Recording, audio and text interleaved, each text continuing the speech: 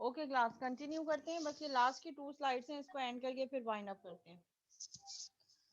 ठीक है, सो agency theory क्या कह रही है कि पहले, आज से पहले जब इंफॉर्मेशन टेक्नोलॉजी और इंफॉर्मेशन सिस्टम का इतना ज्यादा जो है वो फ्रिक्वेंट यूज नहीं था, सो उस टाइम पे हमारे पास क्या होता था, उस टाइम पे हमारे पास एजेंसी कॉस्ट बहुत ज्यादा होती थी। एजेंसी कॉस्ट लाइक आपने कोई नया बिजनेस स्टार्ट करना है, कोई नई कंपनी खोलनी है, तो सबसे पहले आपको उसके लिए जगह चाहिए होती थी। जगह आ गई तो फिर उसके बाद आपको क्या चाहिए, आपको डिफरेंट जो है वो मशीनरीज चाहिए, डिफरेंट आपको एसेसरीज चाहिए, टेबल चेयर्स एंड वो आपने सेट ऑन कर दिया, फिर आपको रिसोर्सेज चाहिए। ठीक है, रिसोर्सेज के लिए फिर आप लोगों को हायर करेंगे, फिर जब हायरिंग होगी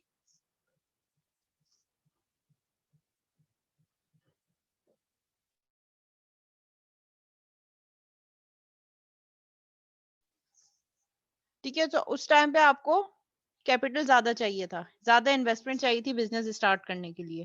फिर आपने रिसोर्सेज हायर किए, फिर आपने उनका इंटरव्यू कंडक्ट करे, फिर उनको रिस्पॉन्सिबिलिटीज बताई, फिर आप उनको भी जो है वो सैलरी दे रहे हैं और फिर अपने बिजनेस को रन कर रहे हैं। लेकिन अब टोटली एजेंसी थ्योरी चेंज हो चुकी है। आईटी की वजह से, इंफॉर्मेशन टेक्नोलॉजी और इंफॉर्मेशन सिस्टम की वजह से आपकी एजेंसी कॉस्ट रिड्यूस होती चली जा रही है, सो दैट आप अपनी ऑर्गेनाइजेशन को, अपनी फर्म को बढ़ा सकते हैं without adding to the cost of supervision. Supervision के लिए पहले आपको बंदे भी रखने पड़ते थे, चेक एंड बैलेंस करने के लिए, मॉनिटर करने के लिए, मैनेज करने के लिए। अब वो सारा काम आपके इंफॉर्मेशन सिस्टम भी कर रहे हैं, मॉनिटर कर रहे हैं, रिपोर्ट जनरेट कर रहे हैं। तो फिर आपके पास जो है वो मैनेजर की रिसोर्सेज के भी एसेज, जाहिर है वो कोई ना कोई रिपोर्टिंग के लिए तो होगा, लेकिन पूरा ऐसा नहीं कि एक पूरा आपको एक बंदा चाहिए जो 100% काम कर रहा हो। वो काम 60 to 70% आपके इंफॉर्मेशन सिस्टम आपको परफॉर्म करके दे रहे हैं, and without adding too much employees आप ये सारे काम अपने बिजनेस को रन कर सकते हैं आज। So that is the agency theory which is changes over period of time. Organisational and behavioural impact, organisational and behavioural impact हमें क्या कह रहे हैं, आईटी फ्लैटन्स ऑर्गेनाइजेशन। आईटी ने क्या कर दिया, ऑर्गेनाइजेशन को फ्लैटन कर दिया है। Decision making push to lower levels, fewer manager needed, अब आपको कम से कम मैनेजर रिक्वायर्ड हैं। IT enables faster decision making and increase span of control, कह रहे हैं कि अब आपकी इंफॉर्मेशन टेक्नोलॉजी, अब आपके जो AI बेस्ड एल्गोरिथम्स हैं, आर्टिफिशियल इंटेलिजेंस, वो ऑटोमेटिकली डिसीजन मेकिंग भी खुद कर रहे हैं। तो आपके जो मैनेजर्स हैं, जो पहले आपको हर चीज के लिए मैनेजर चाहिए होता था, वो अभी आपके पास उसकी रिक्वायरमेंट भी कम से कम हो गई।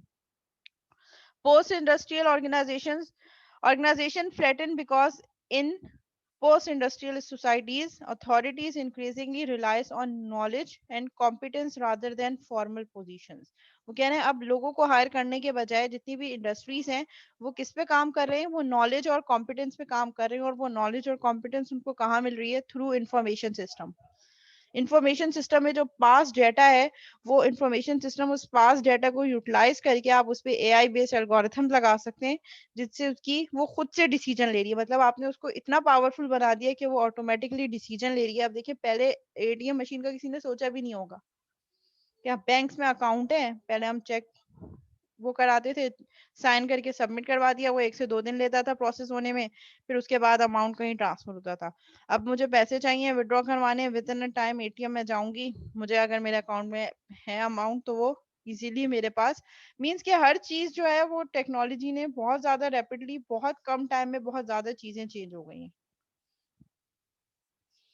Organizational resistance to change. The most important question: why organization resist to change? Organization change means organization में रहने वाले employees, काम करने वाले employees चेंज को रेजिस्ट क्यों कर रहे होते हैं? वो इसीलिए रेजिस्ट कर रहे होते हैं क्योंकि उनकी अपनी जॉब खतरे में पड़ जाएगी। जब इतना ज्यादा आईटी जो है वो आपके ऑर्गेनाइजेशन में इन्वॉल्व होता चला जाएगा, तो लोगों की रिक्वायरमेंट कम हो जाएगी, आपके सिस्टम इतने पावरफुल हो जाएंगे कि लोगों की नीड कम हो जाएगी। Information system become bound up in organization politics because they influence access to a key resource, the information. क्योंकि आपकी मेन रिसोर्स जो आपकी इंफॉर्मेशन है, वही जो है वो की इन्फ्लुएंशियल डाटा है, किसी रिसोर्स है आपकी किसी भी इंफॉर्मेशन सिस्टम को वर्क करने के लिए। वो रिलाय ही आपके इंफॉर्मेशन पे कर रही है। मींस कि आपकी टोटल इंफॉर्मेशन आपके इंफॉर्मेशन सिस्टम पे, वो जो मैं कह रही हूँ ना, हमारी पूरी इंफॉर्मेशन जो है वो क्लाउड पे सेव हुई हुई है। हम समझ रहे होते हैं ड्रॉप बॉक्स पे हमारा डेटा रखा है, वो सिक्योर है, तो ड्रॉप बॉक्स किसका है, वो भी तो उन्हीं के पास है, कहीं ना कहीं उनके सर्वर पे ही डेटा जा रहा है। Information system potentially change an organisation structure, culture, politics and work. आपके इंफॉर्मेशन सिस्टम ने टोटली ऑर्गेनाइजेशन के स्ट्रक्चर को, कल्चर को, पॉलिटिक्स को और काम करने के तरीके को टोटली चेंज कर दिया है। Most common reason for failure of large project is due to organization and political resistance to change। वो कह रहे हैं कि बहुत दफा ऐसा होता है, सुनने में आता है कि बहुत सारे लार्ज प्रोजेक्ट जिसपे बहुत ज्यादा इन्वेस्टमेंट होती है वो भी फेल हो जाते हैं। वो क्यों फेल होते हैं? क्योंकि उस ऑर्गेनाइजेशन ने नई आईटी और इंफॉर्मेशन सिस्टम को अडॉप्ट नहीं किया होता। वही चीज के जब हम किसी चीज का पार्ट होते हैं, उसपे जब चेंज होता है तो वो चेंज डेफिनेटली हम पे भी एप्लीकेबल होता है और हमें उसको कभी ना कभी अडॉप्ट करना होता है। जितनी जल्दी हम चीजों को अडॉप्ट करने वो बेहतर है। बाद में अडॉप्ट करने पे बहुत ज्यादा लॉसेस में हम जाते हैं, फिर कहते हैं नहीं अब तो करना ही करना है, क्योंकि अब तो फिर बंद ही हो जाएगा, फेलियर के अलावा कोई और रास्ता ही नहीं है। लेकिन लोग रेजिस्ट इसलिए भी कर रहे होते हैं क्योंकि उनको लग रहा होता है कि अब जैसे ऑर्गेनाइजेशन में बहुत सारे लोग हैं जो बहुत सीनियर हैं, ओवर 40, अब उनको कंप्यूटर भी यूज नहीं करना आता, बहुत सारे लोग ऐसे हैं।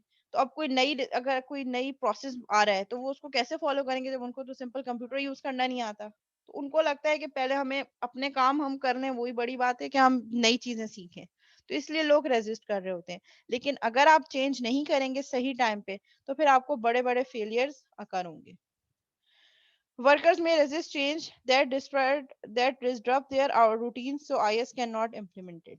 ठीक है, वो क्या कह रहे थे, हम इंफॉर्मेशन सिस्टम को इम्प्लीमेंट नहीं करना चाह रहे कि हमारे डेली रूटीन्स के टास्क डिस्टर्ब हो जाएंगे। हम कर तो रहे हम हैं, बट लेकिन जब चेंज आ रहा है, हर जगह चेंज हो रहा है, तो फिर आपको भी करना पड़ेगा। ऑनलाइन क्लासेस हो रही हैं, सब जगह हो रही हैं, अब तो स्कूल्स में भी हो रही हैं। अब जो ऑर्गेनाइजेशन स्टार्ट में कह रही है नहीं हम तो जब खुलेगा तभी खुलेंगे, एक दो महीने में खुल जाएगा, जिन्होंने सही टाइम पे डिसीजन ले लिया, सही टाइम पे स्टार्ट कर दिया, वो फायदे में रहे। जिन्होंने नहीं किया उनके स्टूडेंट्स को भी लॉस हुआ, उस ऑर्गेनाइजेशन को भी लॉस हुआ। तो जब कोई चीज एक मार्केट में आ जाती है ना, तो वो फिर सबको अडॉप्ट करनी पड़ती है। अगर आप अडॉप्ट नहीं करेंगे तो फिर आपको उसका लॉस होगा। जी, ये हमारा लेक्चर यहाँ पे कंप्लीट हो गया है। अटेंडेंस में ले लेती हूँ, उसके बाद आप लोगों की क्यूरीज ले लेते हैं, फिर उसके बाद क्लास को एंड कर दें। असाइनमेंट भी आपने सबमिट करवाना है नेक्स्ट क्लास तक, और नेक्स्ट क्लास में आप लोगों का क्विज भी होगा जितना हम आज तक पढ़ चुके हैं। कि कोई एक पर्टिकुलर टॉपिक मैं नहीं बता सकती कि ये पर्टिकुलर टॉपिक है जिसका क्विज होगा। अब तक हम जितना पढ़ चुके हैं उसमें से कुछ भी आ सकता है। ओके, अटेंडेंस कॉल कर रही हूँ। मोहम्मद अली हुसैन, सैयद मोहम्मद अली हुसैन, सैयद मोहम्मद अली हुसैन एब्सेंट है, फर्स्ट सेशन में प्रेजेंट थे। सैयद साद अली काजी, सैयद साद अली काजी, ओके। उजैर अदनान सिद्दीकी, ईमान अली अनवर, मोहम्मद हतीमुद्दीन, मोहम्मद हतीमुद्दीन, मोहम्मद मुनीम कुरैशी, मोहम्मद मुनीम कुरैशी, मोहम्मद दानियाल, मोहम्मद रहीम, मोहम्मद सोबान अलवी, दाऊद खान,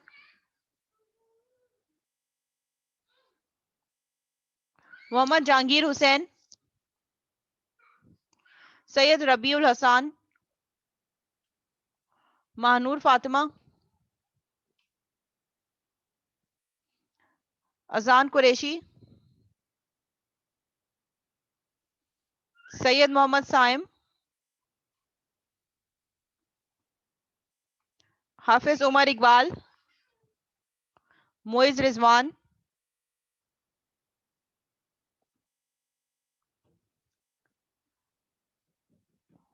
सैयद हादिउर रहमान, सैयद हादिउर रहमान, मोहम्मद आउन अली, मोहम्मद हमजा, हाफिज अब्दुल हसीब, हाफिज अब्दुल हसीब, उवैस हुसैन शामीर,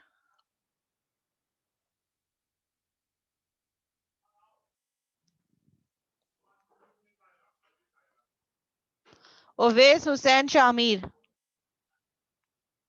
ओके प्रेजेंट। हंजला शकील, मोहम्मद सुमैर, हाफिज अब्दुल्ला खान, सैयद मोहम्मद इब्राहिम, सैयद मोहम्मद इब्राहिम,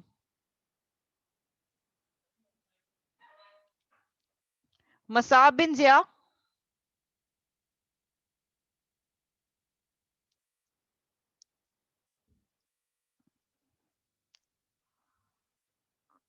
तला हसान, हबीबुल्ला नूर, मुनीबुर रहमान, मुनीबुर रहमान, मानूर खान, मोहम्मद इब्राहिम, मोहम्मद मोहतशम, मोहम्मद मोहतशम, मोहम्मद हसान खान, जुइस मुशीर, जुइस मुशीर, दोनों सेशन में नहीं है जुइश। सैयद उजैर जाफरी, सैयद उजैर जाफरी, उसामा 13082, मोहम्मद सुबान, मशल फिदा खान, मशल फिदा खान, दानियाल अहमद, तहरीम फातिमा, तहरीम फातिमा, अब्दुल राफिज सिद्दीकी, हाफिज हमजा अब्दुल्ला, मोहम्मद हाशिर, मतीन अब्बासी, शहबाज इलियास, वनीजा बतूल, सजील, दानियाल, दानियाल, मोहम्मद उस्मान, मोहम्मद आशिर, नाफिल नबील, नाफिल नबील एब्सेंट, शामिर शाकिर, शामिर शाकिर एब्सेंट, मोहम्मद फातेह, उसामा 12342, उसामा 12342, उसामा आपकी मेरे पास आज एक ही अटेंडेंस है फर्स्ट सेशन की, उससे पहले आपकी जो है लिस्ट में मेरे पास नाम नहीं है।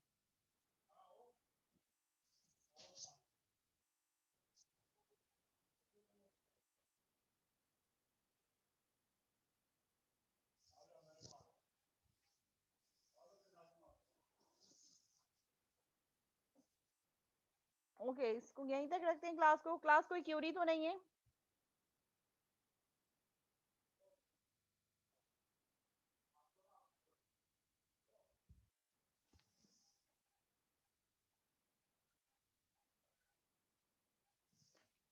मैंने देख लिया ऐसा हो नहीं सकता कि वो क्विज की जो मैंने फाइनली डेडलाइन रखी थी कट ऑफ डेट वो 4:15 बजे थी। आपने 4:15 बजे के बाद अटेम्प्ट किया होगा तभी उसने एक्सेप्ट नहीं किया होगा। 4 बजे उसकी डेडलाइन थी और 4:15 बजे कट ऑफ टाइम था कि 4:15 के बाद जो है सबमिट करवाएगा वो नहीं हो सकेगा। तो 4:15 वॉज द लास्ट टाइम। अगर आपने 4:15 से 1 सेकंड भी ऊपर किया होगा तो फिर वो आपको अलाउ नहीं कर रहा होगा। ठीक है, तो 4:15 तक जिन लोगों ने एलएमएस पे सबमिट करवा दिया होगा उनका सबमिट हो गया होगा। 4:15 के बाद आपने किसी भी प्लेटफॉर्म पे सबमिट करवाया वो कोई एक्सेप्टेबल नहीं होगा।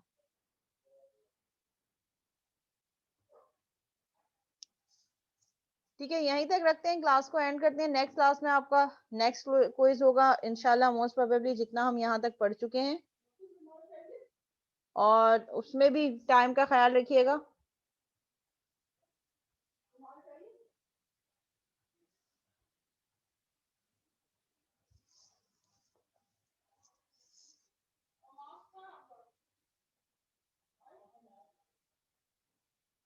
जी उसामा।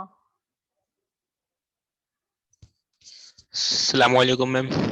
वालेकुम अस्सलाम। मैम मैं ये बोल रहा हूँ कि थोड़ा स्लाइड जो है आहिस्ता, थोड़ा। थोड़ा सा आहिस्ता बोलो, थोड़ा सा आहिस्ता बोलो। मैम मैं ये बोल रहा हूँ कि स्लाइड थोड़ा सा पीछे कीजिएगा, मेरे को एक सवाल करना है। एक मिनट, स्लाइड पीछे कीजिएगा। एक मिनट, एक मिनट, मेरे पास दूसरे विंडो ओपन है, मैं कर रही हूँ। जी। स्लाइड बैक करें जी। और और यस मैम, यही वाली। इस स्लाइड में मेरे को पूछना है कि ये एंटरप्रेन्योरल और मशीन ब्यूरो क्या लिखा हुआ है ये। ब्यूरोक्रेसी। यस मैम, ये वाली बता दें मेरे को ना, ये इसके 3 पॉइंट बता दें। अच्छा, जो 3 पॉइंट। एंटरप्रेन्योर है, ठीक है, सही, आपका क्वेश्चन समझ में आ गया मुझे। मैं इसको एक दफा एक्सप्लेन कर देती हूँ दोबारा से।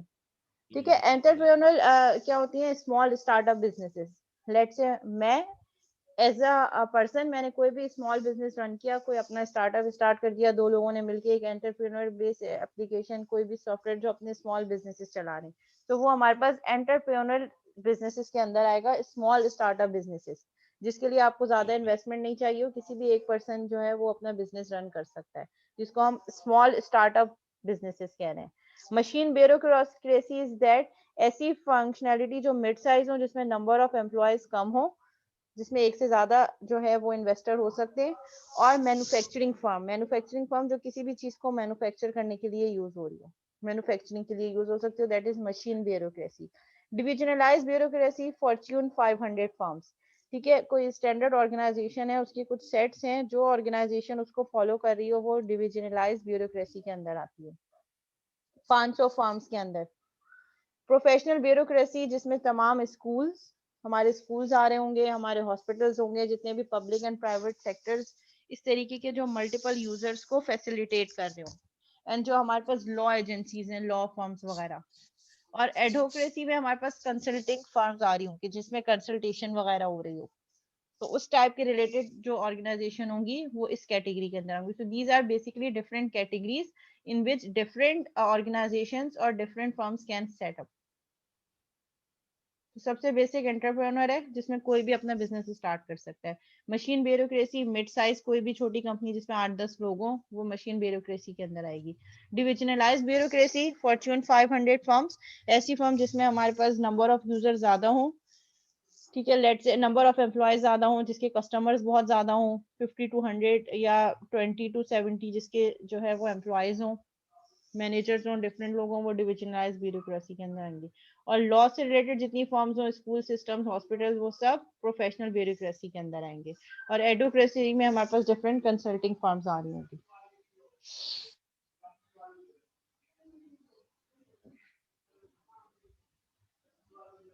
जी, क्लास क्लियर है यहाँ तक? और किसी को कोई सवाल, कोई क्यूरी तो नहीं है?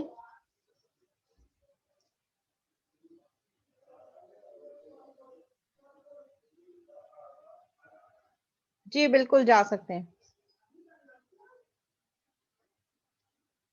ठीक है, असाइनमेंट का मैंने आपको बता दिया है, उसी के अकॉर्डिंगली फिर असाइनमेंट पे काम स्टार्ट करते हैं। असाइनमेंट का मैंने सब बता दिया है, क्या होगा कैसे होगा, डेडलाइन भी बता दी है। अब इस चीज को लेके परेशान मत हो जाइएगा कि एलएमएस पे कोई फोल्डर नहीं बना, वो 17 फरवरी को भी बन जाएगा। बस आपने असाइनमेंट पे काम करना है, मैंने सारी डिटेल्स बता दी है, बस आज से ही वर्ड पे काम करना स्टार्ट कर दें। मैम एक्सक्यूज मैम, जी। अस्सलाम वालेकुम। मैम वालेकुम। ये बोला था अमिन, तो आपने नेक्स्ट वीक का कहा, और जो प्रोजेक्ट की जो ग्रुप वाइज था वो कहाँ कब अपलोड करना है? वो तो उसी टाइम पे करना है जो उसकी डेडलाइन है, जो एलएमएस पे डेडलाइन है वो डेडलाइन पे ही होगा। मैंने प्रोजेक्ट की बात कर रहा हूँ मैम, आपने कहा था ना कि मैं आपको बता दूंगी फिर नेक्स्ट क्लास ग्रुप में मैसेज किया था ना आपने। वो तो मैंने पीएफ को किया था ना क्लास, अभी तो ईआरपी फंडामेंटल की क्लास चल रही है। अच्छा मैम, आपने मतलब इस चले ठीक है सर। जी। मैम इसका कह रहा हूँ ईआरपी का, आप मतलब जो हमने ग्रुप बनाए 3-3 स्टूडेंट के, जी। तो मैम उसको कहाँ आप कह रही थी ना एलएमएस पे लिखना करना है? हाँ, तो एलएमएस पे उसका फोल्डर बना दिया ना मैंने, जाके देखिए वहाँ डिटेल्स गिवन है कि क्या क्या चीजें प्रोजेक्ट प्रपोजल में आपको रिक्वायर्ड है। एलएमएस तो देखा करें प्रॉपरली। Okay ma'am.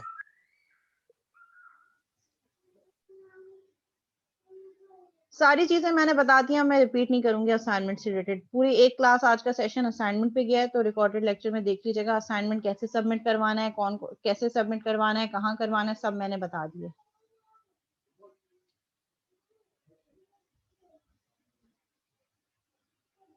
अभी तो वो रिकॉर्डेड लेक्चर में होगा, और वैसे ही वो एज इट इज जब मैं LMS पे फोल्डर बनाऊंगी वहां भी अपलोड कर दूंगी। लेक्चर में तो रिकॉर्डेड लेक्चर मैं अपलोड कर दूंगी यूट्यूब पे, वहां पे भी आपको मिल जाएगा।